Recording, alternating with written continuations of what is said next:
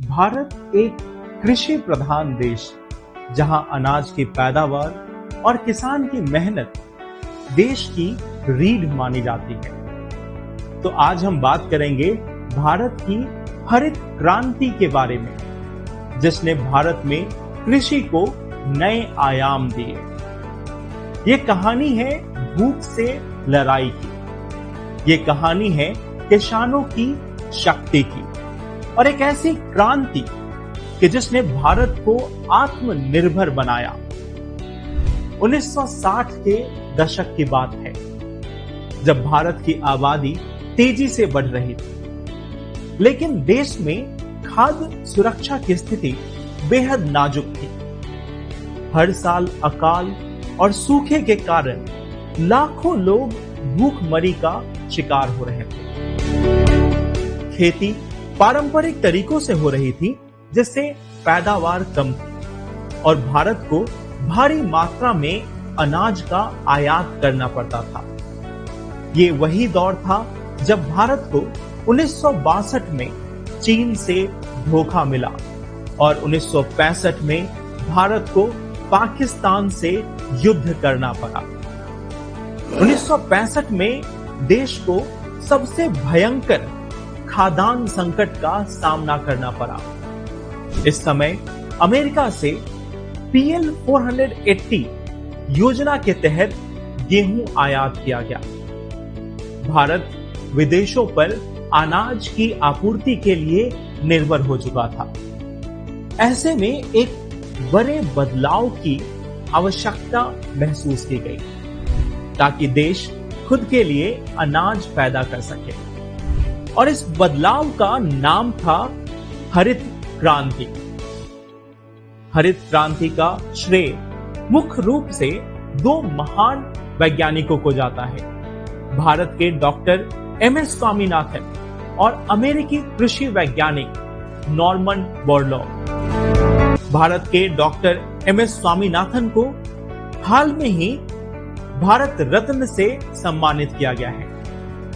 Norman Borlaug ने Mexican Bonnie गेहूं की किस्म विकसित की थी, जो कम पानी में ज्यादा उपज दे सकती। डॉक्टर स्वामीनाथन ने इस तकनीक को भारत में लागू करने के लिए कड़ी मेहनत की। 1960 के दशक में भारत ने पंजाब, हरियाणा और पश्चिमी उत्तर प्रदेश के खेतों में नई उन्नत किस्मों के गेहूं और चावल की बुआई शुरू की। इन फसलों के साथ साथ आधुनिक तकनीक जैसे रासायनिक उर्वरक, सिंचाई की नई तकनीक और कीटनाशकों का भी उपयोग किया गया।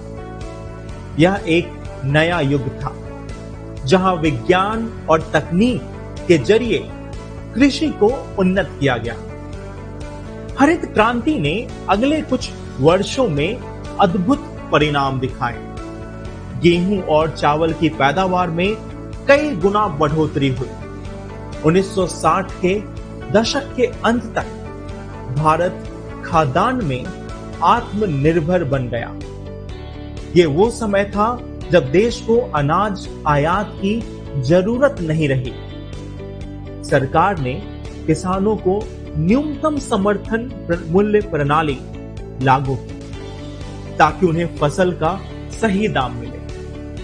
कृषि में क्रेडिट और तकनीकी सहायता बढ़ाई गई। किसानों ने मेहनत की और देश में भूखमरी और अकाल से लड़ने में बड़ी सफलता पाई। आज के समय में भारत विश्व में चावल का दूसरा सबसे बड़ा उत्पादक है और वहीं गेहूं का चौथा सबसे बड़ा उत्पादक है। इसके साथ साथ दाल एवं मसालों के उत्पादन में भारत को शीर्ष स्थान प्राप्त है।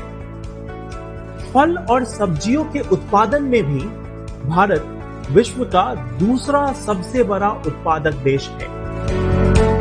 हरित क्रांति के माध्यम से आज भारत अनाजों का एक मुख्य निर्यातक देश बन चुका है। एक ऐसा देश जो 1960 के दशक में दूसरे देशों पर अनाज के लिए निर्भर होता था, वही देश आज दुनिया के कई देशों में खाद्य सुरक्षा में एक महत्वपूर्ण योगदान देता है। लेकिन जैसे जैसे समय बीता, हरित क्रांति के कुछ नकारात्मक प्रभाव भी सामने आने लगे।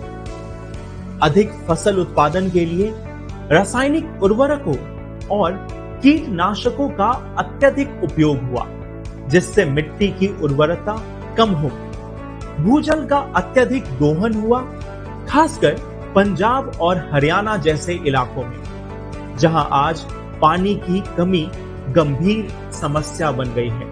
इसके अलावा हरित क्रांति ने एक असमानता भी पैदा की। ज्यादातर फायदा केवल कुछ राज्यों और बड़े किसानों को हुआ। छोटे और सीमांत किसानों को इससे उतना लाभ नहीं मिला। आज भी कई किसान ऋण के बोझ तले दबे हुए हैं और कृषि संकट से जूझ रहे हैं। अब समय आ गया है कि हम कृषि के नए मॉडल की ओर बढ़ें।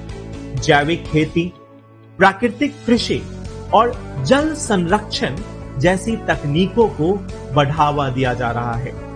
सरकार भी किसानों को नई तकनीक और मशीनों का उपयोग सिखा रही है, ताकि वो कम संसाधनों में अधिक उत्पादन कर सके। सरकार और वैज्ञानिक संस्थान भी लगातार इस बात पर काम कर रहे हैं कि कैसे कृषि को अधिक अस्थायी और पर्यावरण के अनुकूल बनाया जा सके। हमें नई हरित क्रांति की जरूरत है, जो न केवल अधिक उत्पादन करे, बल्कि पर्यावरण और किसानों के जीवन को और भी बेहतर बना सके। भारत के किसानों ने हर बार अपनी मेहनत से देश को आत्मनिर्भर बनाया है, और अब नई चुनौतियों का सामना करने के लिए भी हमें उनके साथ खड़े होना होगा। कृषि भारत की आत्मा है और किसान इस देश की ताकत। हरित क्रांति ने हमें वो शक्ति दी है, और अब हमारी जिम्मेदारी है कि हम इस नए युग में और भी सशक्त बनाएं। जय जवान, जय किसान, जय विज्ञान। धन्यवाद।